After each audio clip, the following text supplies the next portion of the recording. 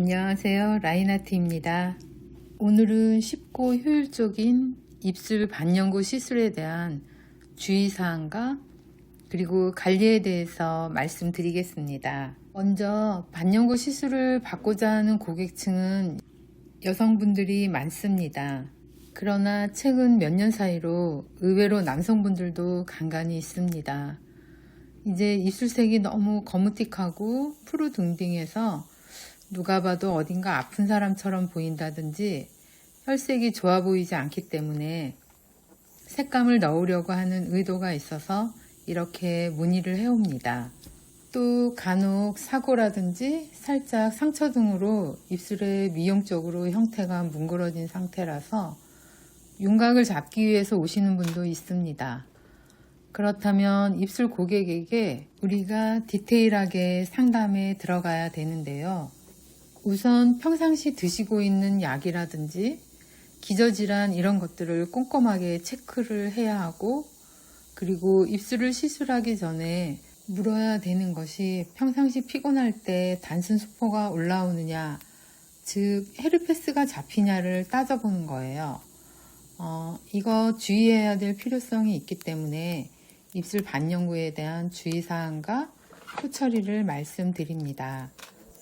첫 번째, 입술 하고자 하시는 분들은 기저질환 중에서도 예를 들어서 혈관질환 약을 먹는 분들이 계세요. 나이 드신 분들은 피가 탁해지기 때문에 혈액이 묽어지는 약품들을 복용하고 계시는지 체크합니다. 두 번째는 아스피린 성분이 많이 들어간 제품을 드시는 경우와, 또 어떤 분들은 비타민C도 다량 복용하시는데요. 이 부분을 체크하셔야 합니다. 입술 시술 전 3, 4일 전 또는 더 좋은 건 일주일 전부터 아스피린 복용자는 아스피린을 조금 끊어주셔야 하고요. 종합 비타민도 좀 끊어주셔야 되고요. 또 몸에 좋다고 홍삼 드시는 경우도 있는데 홍삼도 끊어주셔야 됩니다. 그리고 세 번째, 무엇보다도 입술 시술 3일 전에 알코올이 몸에 내재되어 있으면 안 되니까 술도 끊고 오셔야 됩니다. 네 번째, 중요한 입술 보습 관리를 잘 하고 오셔야 되는데요. 입술 각질을 뜯지 마시고 보습을 평상시보다 철저히 하셔서 입술 상태가 좋게 하고 오셔야 합니다. 여성분들이라면 배란 기간쯤을 맞춰서 오는 게 굉장히 중요해요.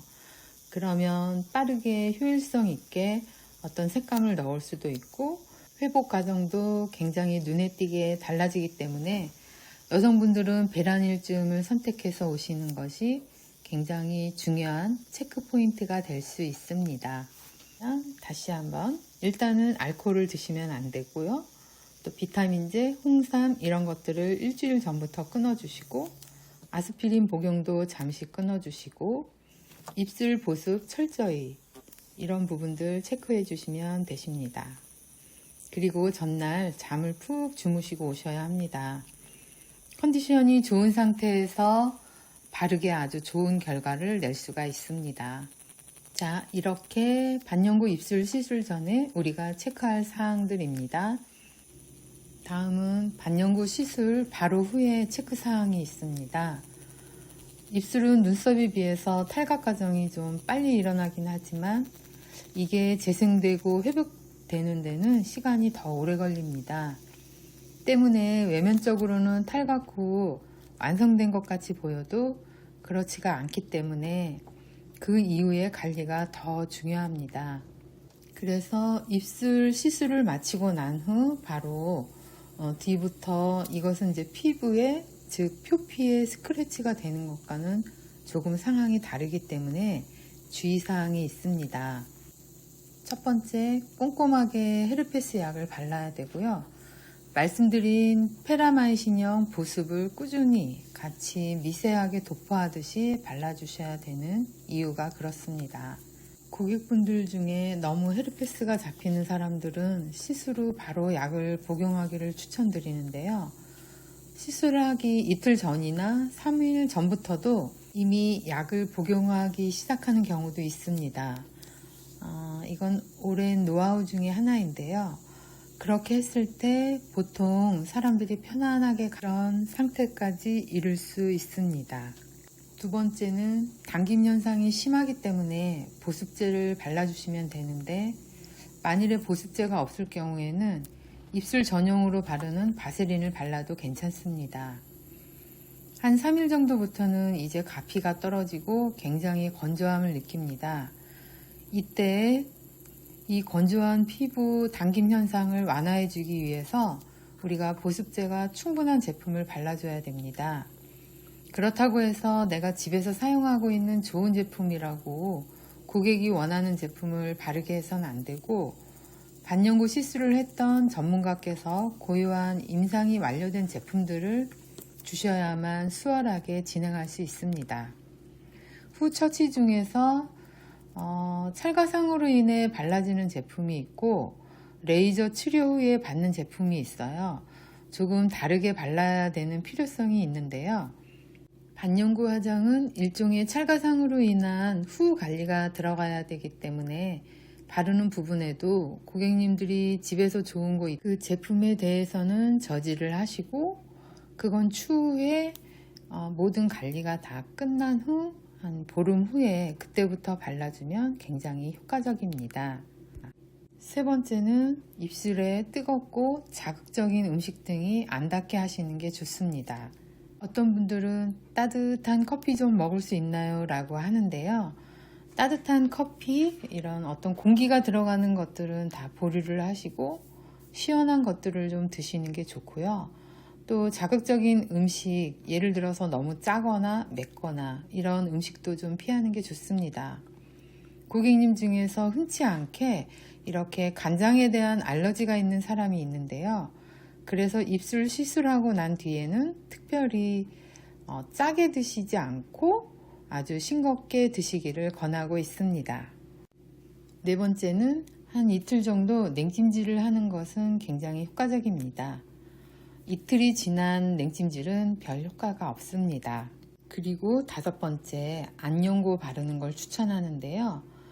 입술에 이물질이 닿았을 경우 닦아내고 입안은 가글도 하시면 좋고요. 예전에 많이 썼던 안연고 중에 여러 종류가 있죠. 그 안연고 중에 하나를 택해서 또 입술에 살짝 발라주시면 아주 좋습니다. 너무 지나치게 많이 바르게 되면 색상이 착색되는 것을 또 방해하기 때문에 안연고는 가볍게 발라주는 것이 굉장히 또 유익합니다. 또한 3일 뒤에는 또 헬페스가 또 올라오기 때문에 아시크로버 약을 반드시 발라줘야 되고요. 그 전에 약을 복용하라고 했잖아요. 3일 정도 계속 꾸준히 하루 3번 정도 복용하는 것이 좋습니다. 그리고 비타민제 복용도 바로는 하지 마시고 보름 후부터 비타민제 복용을 하는 것이 훨씬 더 빠른 회복을 느낄 수가 있습니다. 그리고 바로 놓치고 지나가는 게 뭐냐 하면 가피가 떨어지고 난 후에 굉장히 중요해요. 왜냐하면 사람들은 이제 딱지가 다 떨어졌으면 다 됐구나 라고 생각하는데 입술은 그렇지가 않습니다. 만약에 아직 통증이 조금 더 있다라고 하시면 그 이후에는 사람마다 회복력이 조금씩 다르기 때문에 고객 중에는 이런 고객님이 있습니다. 저는 모든 부분에 재생이 늦고 회복이 너무 늦어요. 이런 부분들은 대개가 굉장히 회복력이 늦으신 분이라서 관리하는 부분을 꼼꼼하게 진행을 하셔야 됩니다. 그리고 이때 너무 무리하지 마시고 휴식을 좀 취해야 됩니다. 눈썹 같은 경우에는 보습제를 한 3일에서 길면 7일 정도 바르고 끝낸다 하면 입술은 특히 한 달 정도 꾸준히 계속 보습을 해주셔야만 하는 거고요. 그리고 입술은 발현 과정에서 색이 올라오는 게 입술 가장자리부터 색이 올라오게 돼 있어요. 우리가 반영구 시술 시에는 표피층에 거의 동시에 발색이 올라오지만 입술은 그렇지가 않습니다. 잠복되어 있는 색소가 올라오는데 굉장히 순차적으로 올라오는데 가장자리부터 올라가다 보니까 고객은 자칫 오해를 하시는 거예요. 왜 입술 테두리만 이렇게 색이 올라왔어요? 테두리만 진한 거 싫어요? 라고 하는데요. 좋은 원료로 색소를 했을 때 여러분 이게 정상적인 반응이거든요. 가장 터치를 고르게 했었고 또 좋은 원료로 진행했을 때 입술 가장자리부터 올라오게 되어 있습니다. 입술 리터치는 보통 1개월 후에 많이 하시지만 2개월이나 3개월 뒤에 하는 경우도 많이 있습니다. 왜냐하면 회복에 따라서 우리가 지켜보고 해야 합니다. 입술이 먹먹하다라는 느낌을 호소할 때는 좀 더 기다려줄 필요가 있거든요. 자연스럽게 되기까지는 사람마다 몸에 대한 개인 차이가 있기 때문에 그렇고요. 그리고 색감이 올라오는데도 너무 마음이 성급해서 한 달 지났는데도 역시 색이 덜 올라왔어요. 좀 빨리 하고 싶어요 라고 할지라도 기다려 주시는 게 좋습니다. 좋은 게 많이 나오고 꼼꼼하게 터치하면 리터치 필요 없이 한 번에 90%의 색감이 발현되기도 합니다. 그리고 입술 시술 시에 필러에 대한 이야기도 하시는데요. 필러도 이 입술 시술이 완전하게 다 끝나고 난 뒤에 그 이후에 필러를 하시는 게 좋습니다. 완전하게라는 것은 회복이 충분히 됐을 때 적어도 2, 3개월 정도 다 지났을 때 입술 필러를 맞는 것이 또 굉장히 효과적이라고 보고 있습니다. 충분한 임상에서 나온 이야기다 보니까 제가 이야기하는데도 여러분들에게 또 자신감 있게 말씀드릴 수 있는 이유이기도 합니다. 오늘은 입술에 대해 전후 처치에 대한 이야기를 말씀드렸습니다. 또 다음 시간에 좋은 영상으로 찾아뵙겠습니다. 감사합니다.